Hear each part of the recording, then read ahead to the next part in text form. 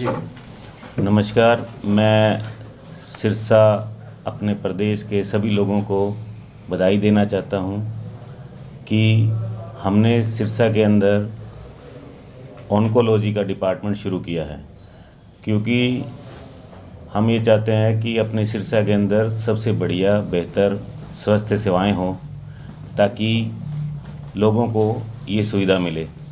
पिछले लास्ट 6 महीने के अंदर हमने 2 डिपार्टमेंट शुरू किए हैं। एक डिपार्टमेंट हमने न्यूरोलॉजी का शुरू किया है और दूसरा हमने ऑन्कोलॉजी का शुरू किया है।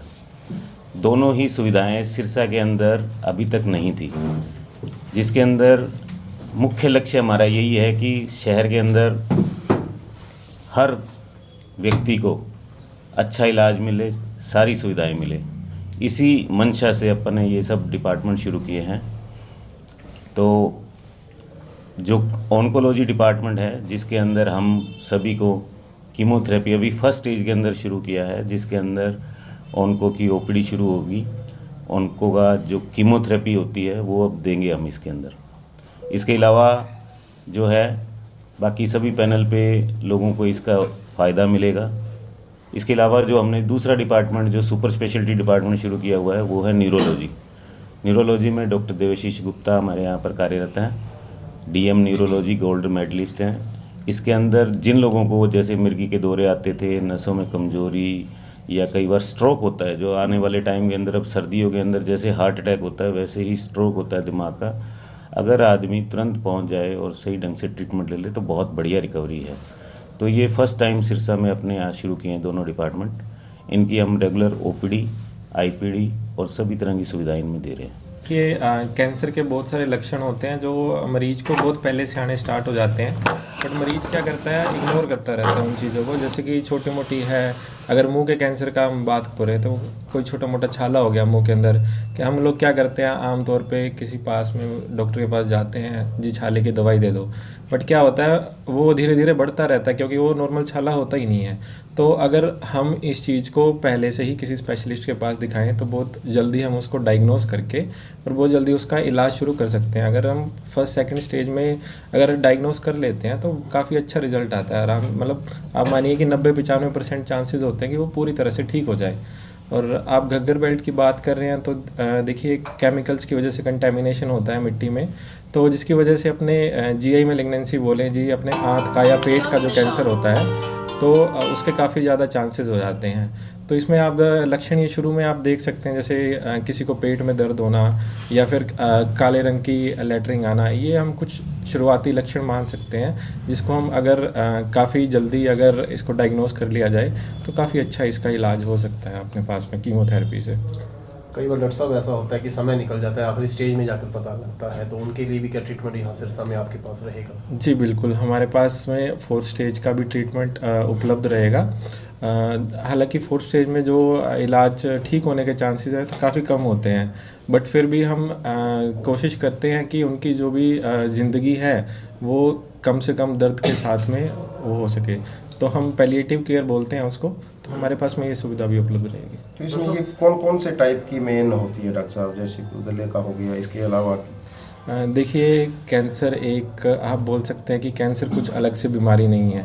पूरे शरीर में कहीं भी जो अपना नॉर्मल सेल होते हैं, एक उनकी डिवाइड होने की क्षमता होती है कि वो कहीं पे रुक जाते हैं। जब वो रुकने की क्षमता उनकी बढ़ जाती है कि उनका कोई अंत ही नहीं है, वो डिवाइड होते रहते हैं, तो हम उसको कैंसर का नाम दे देते हैं। तो ये देखिए जी, पूरे शरीर में किसी भी अंग में हो सकता है, मुंह से लेके पैरों तक। तो आप ये नहीं बोल सकते कि भाई कहीं पे कैंसर नहीं होगा।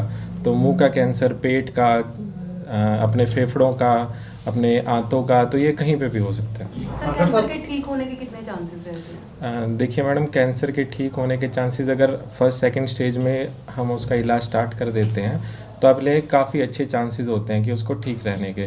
अब मानिए कि 100 में से 60-70% पेशेंट ठीक हो जाते हैं अगर हम उसको सेकंड स्टेज तक डायग्नोस कर लेते हैं। डॉक्टर साहब, संजीवनी हॉस्पिटल ने इसकी शुरुआत की है, हालांकि पहले का ऐसा कोई हॉस्पिटल नहीं है सिरसा में जो कैंसर से संबंधित जांच कर रहा हो।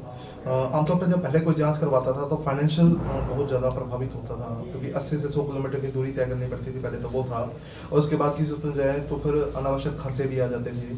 तो हम मान के चले कि संजीवनी हॉस्पिटल में फाइनेंशियल भी रियायत दी जाएगी अगर कोई पेशेंट है अफोर्डेबल, भारी भरकम बोझ पेशेंट पे ना पड़े और ठीक ठाक पैसे में इलाज हो। नहीं, इसके अंदर क्या है कि अपना उद्देश्य यही है कि लोगों को एक फैसिलिटी प्रोवाइड करना, ताकि नेचुरल है कि जब लोकल कोई चीज़ अवेलेबल हो जाती है तो उसके कॉस्ट इफ़ेक्टिवनेस वैसे ही आ जाती है। और हमारा भी यही उद्देश्य है कि हम लो कॉस्ट पे, जितना मिनिमम कॉस्ट पे हम उसका इलाज कर सकें। और ख़ास तौर पे इसमें कुछ आयुष्मान के लोगों को भी राहत मिलेगी, जो पैनल पे लोग होते हैं, जैसे ESI हो गया, ECHS हो गया, या अदर हरियाणा गवर्नमेंट के लोग हो गए, उनको भी इसके अंदर बहुत आराम मिलेगा। क्योंकि एक देखिए फैमिली का एक अगर मान लो किसी को हिसार या दिल्ली जाना है तो पूरा वो गाड़ी लेके जाएगा और सारा उसके साथ 2 लोग जाएंगे। यहाँ पर किसी भी समय आराम से वो इलाज ले सकता है, तो घर जैसी सुविधा रहती है इसमें। डॉक्टर साहब, पिछले दिनों आपने एक तोहफा दिया कि सुबह 9 से 10 की ओपीडी आपने छोटे बच्चों के लिए फ्री रखी है, क्या कहना चाहेंगे इसके बारे में, कुछ बताइए। नहीं, वो तो देखो जॉय ऑफ गिविंग एक कंसेप्ट होता है कि आपको कुछ समाज में दे के खुशी मिलती है, तो वो उसी के तहत एक प्रोग्राम था कि चलो कुछ बच्चों को जो लोग उनके पेरेंट्स OPD अफोर्ड नहीं कर सकते हैं तो एटलीस्ट आके वो एक बार कंसल्टेशन ले। डॉक्टर साहब, हॉस्पिटल के साथ साथ सिरसा के लोगों के लिए हम एक अच्छी पहल कह सकते हैं कि कम पैसे में ठीक अच्छा इलाज लोगों को मिले। इसके साथ साथ आपका मल्टी स्पेशलिटी और सुपर स्पेशलिटी हॉस्पिटल है, तो सिरसा का एकमात्र हम कह सकते हैं कि कंप्लीट हॉस्पिटल है। और आपको कितना सुकून मिलता है? नहीं, मैं तो देखिए सिरसा का ही रहने वाला हूँ, यहीं पला बड़ा हूँ। मेरी बादरा बाज़ार में घर है मेरा। गवर्नमेंट स्कूल से मैंने यहाँ स्कूलिंग करी है, नेशनल कॉलेज से मैंने +2 करी है, तो जड़ें तो मेरी यहीं से जुड़ी हुई है। और अपने शहर के अंदर काम करके अगर हम इस दिशा के अंदर काम करते हैं तो अच्छा लगता है। और अपने सब रिश्तेदार होते हैं, हर कोई आदमी कहीं ना कहीं से कनेक्ट निकलता है, कोई चाचा है, कोई ताऊ है, कोई भाई है, तो अच्छा लगता है अपने परिवार की हेल्प करके, उनको राय देके। सर, जैसा कि अभी आपने बताया कि न्यूरो भी है और कैंसर का भी विभाग शुरू हो गया, और साथ साथ ऐसी कौन सी फैसिलिटीज है जो संजीवनी हॉस्पिटल प्रोवाइड करता है? कौन कौन से विभाग? अभी मैं जैसे डॉक्टर साहब से आप न्यूरो के बारे में भी जानेंगे, क्योंकि लोगों को भ्रांतियाँ रहती है कि न्यूरो के अंदर कई चीज़ें ऐसी होती है जो लोग उसको इग्नोर करते रहते हैं, जैसे हेडेक है, माइग्रेन है, या कई चीज़ें ऐसी हैं कि जो उनको वो तवज्जो नहीं देते, जो बाद में दिक्कत कर देती हैं। हमारा इसके अंदर अभी जो बेसिक सुविधाएं और सुपर स्पेशलिटी की सुविधाएं लगभग जो हम सिरसा के अंदर दे सकते हैं वो दे रहे हैं। कुछ सुविधाएं अभी अवेलेबल नहीं हैं, जैसे कई बार क्या होता है कि शहर भी उतना मैच्योर नहीं होता, फ्लो भी नहीं रहता, और कई बार अपने पास संसाधन भी नहीं उपलब्ध होते। तो जैसे जैसे हमारा लक्ष्य यही है कि एवरी ईयर कुछ ना कुछ शहर को हम दें, कोई नई चीज़ दें, या जो चीज़ है ऑलरेडी उसको हम अपग्रेड करें। अभी हमने रिसेंट एक जो मानसिक रूप से बच्चे विकलांग तो नहीं कहेंगे उनको, जैसे कि डिफरेंटली अनेबल्ड है वो बच्चे, या कई बार जो बच्चों का कुछ ऑक्यूपेशन थेरेपी है, उसका भी एक डिपार्टमेंट हमने दिल्ली की एक टीम को, कैरिटोस को दिया है, जिसके अंदर वो रिहेबिलिटेट करते हैं बच्चों को। जो बच्चे चल नहीं पाते, बोल नहीं पाते, या कुछ काम नहीं कर पाते हैं, तो उसकी स्पेशल ट्रेनिंग के लिए टीम है, वो हमने अभी शुरू की है। सर, एक ब्लड डोनेशन कैंप भी आज एक साथ रखा गया है, उसके लिए क्या कहना चाहोगे सर? और हर साल रखा जाता है सर ये ब्लड डोनेशन कैंप हमने हमारे हॉस्पिटल के लिए एक मेरी दादी जी की पुण्यतिथि पर और एक मेरे दादाजी की पुण्यतिथि पर हम नॉर्मली ये करते हैं। पिछले 10 सालों से हम ये कर रहे हैं। तो एक तो हमारे बुज़ुर्गों की याद के लिए हम करते हैं कि ताकि उनको स्मरण किया जा सके, उनकी शिक्षाएं और उनके आशीर्वाद से जो आज हम जिस स्थान पर हैं उस चीज़ को अनुभूत करें। और दूसरा ये है कि थोड़ा सा समाज में लगता है कि ब्लड डोनेशन कैंप तो एक अच्छी चीज़ है, इसके जागरूकता भी फैलती है, थोड़ा सा हम भी देते हैं, हमारे स्टाफ भी दे देता है।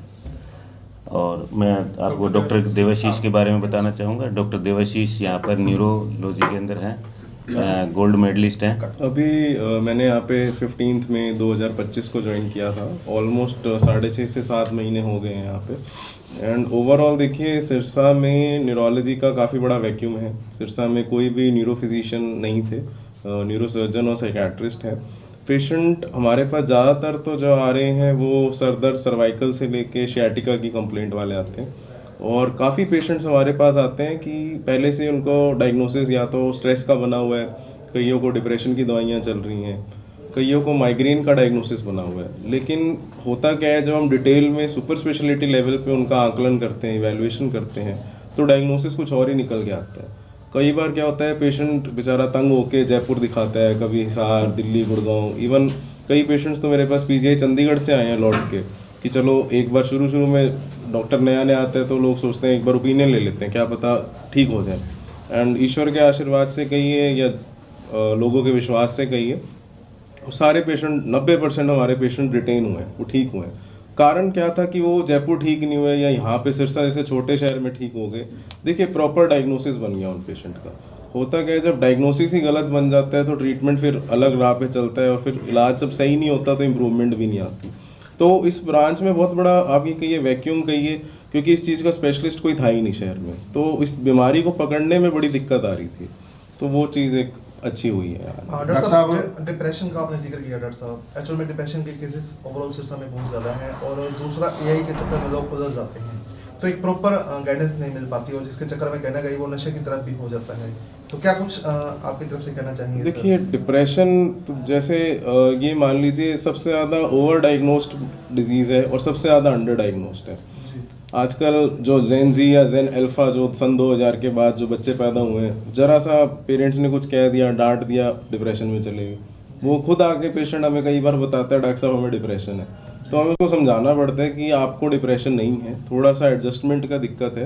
तो जो आपका सवाल है कि डिप्रेशन का इंसिडेंस ज़्यादा है, देखिए दो बातें, एक तो लोगों का टॉलरेंस लेवल कम हुआ है, तीसरी चीज़ थोड़ा सा लोग अपनी बीमारियों और सिम्टम्स के लिए अवेयर होने लगे हैं।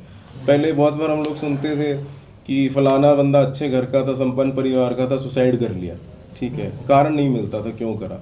अब लोगों में अवेयरनेस हो गई है, आस पड़ोस के लोग बता देते हैं डिप्रेशन है। परंतु डिप्रेशन में भी ये एक्चुअली हमें खुद ये साइकेट्रिस्ट और न्यूरोलॉजिस्ट को मिल के डायग्नोस करना पड़ता है कि एक्चुअली में इस बंदे को डिप्रेशन की दवाई की ज़रूरत है या कुछ कुदरती या कुछ टाइम की वजह से, कुछ सिचुएशन की वजह से उसका रिएक्शन ऐसा है। तो उस हिसाब से आगे ट्रीटमेंट होता है कि ये वाकई डिप्रेशन है या बस कुछ फेज़ है लाइफ का जो कुछ टाइम बाद ठीक हो जाए। डॉक्टर साहब, एक लकवा और अदरंग के मरीज बहुत बढ़ रहे हैं, तो इनका आपके पास क्या इलाज है, कब आपके पास पहुँचे, पूरी डिटेल में थोड़ा बताइए। देखिए मेरे को अब तक यहाँ आके मैंने ऑलमोस्ट 3500 से 4000 पेशेंट्स को अपना परामर्श दिया है पिछले 6.5 से 7 महीने में, ठीक है। उनमें से कम 500 से 600 हमारे पास पैरालिसिस के पेशेंट थे। अधिकतर 500 में अगर आप आकलन करें तो 400 से 350 पुराने पेशेंट्स थे जो कभी आयुर्वेदिक दवाई खा रहे थे या हिसार से दवाई चल रही थी। उसमें देखिए हमारे लिए ज़्यादा रिकवरी के चांस तब होते हैं जब शुरू के 4.5 घंटे में पेशेंट आ जाते हैं। देखिए लकवा प्रमुखता 2 टाइप का है, एक में नाड़ी ब्लॉक हो जाती है जिसको हम इस्कीमिक स्ट्रोक बोलते हैं, यानी जो हार्ट अटैक का मिलता जुलता स्वरूप होता है, ब्रेन अटैक मान लीजिए। दूसरा होता है नस फट जाती है जिसको ब्रेन हैमरेज बोलते हैं हम लोग। देखिए ब्रेन हैमरेज के भी 70 से 80% केसेस सिंपल मेडिसिन से ठीक हो जाते हैं, हर पेशेंट में सर्जरी रिक्वायर्ड नहीं होती। जो दूसरा लकवा है, जो नाड़ी ब्लॉक या खून का जो नस होती है उसमें खून का प्रभाव फ्लो कम हो जाता है, उसमें अगर शुरू के 4.5 घंटे के अंदर अंदर हमारे पास पेशेंट आता है, अगर उसका लकवा इतना ज़्यादा सीवियर है और हमें लगता है वो क्राइटेरिया में फिट हो रहा है, तो हम उसको खून पतला करने का इंजेक्शन लगाते हैं, क्लॉट डिजोल्व करने का। मेरे पास अब तक इस तरह के 6 पेशेंट आए हैं जो 4.5 घंटे के अंतराल में आ गए और 6 के 6 ठीक होके घर गए हैं। थोड़ा रिस्क रहता है हैमरेज होने का उनमें, क्योंकि देखो आप पूरी नाड़ी खोलने का इंजेक्शन लगा रहे हो, तो ऐसे पेशेंट को अच्छे से बीपी मॉनिटर करते हो, क्योंकि लकवे के साथ बीपी बढ़ता ही बढ़ता है। जितने ही पेशेंट हमारे पास इमरजेंसी में पहुंचते हैं, किसी का बीपी 200 प्लस आता है, किसी का 220 प्लस आता है। होता क्या है कि अगर मान लो यही पेशेंट किसी अनाड़ी के हाथ में लग जाए, खून पतले का इंजेक्शन लगा दे, उधर से बीपी 200 हो रखा है, आपने ब्रेन हैमरेज और करा दिया, तो उसमें बड़ा एक स्पेशलिस्ट की ज़रूरत पड़ती है कि पहले बीपी कम करे, हमें टाइम भी बचाना होता है। तो टाइम इज़ ब्रेन, पुरानी कहावत है, समय ही आपका दिमाग है। एक मिनट में 20-20 लाख कोशिकाएं परमानेंट डैमेज हो जाती हैं आपकी। तो अगर पेशेंट शुरू के 4.5 घंटे में आते तो ऑलमोस्ट 90% रिकवरी है। कभी कभार क्या होता है, पेशेंट को थोड़ा सा एजुकेशन कम होता है, आसपास गाँव का है, वो 24 घंटे के अंतराल में पहुँचते हैं। मेरे पास 24 से 48 घंटे के बाद भी पेशेंट आए हैं, वो भी ठीक हुए हैं। खून पतला करने का फिर हम छोटा इंजेक्शन और नाड़ी खोलने का लगाते हैं।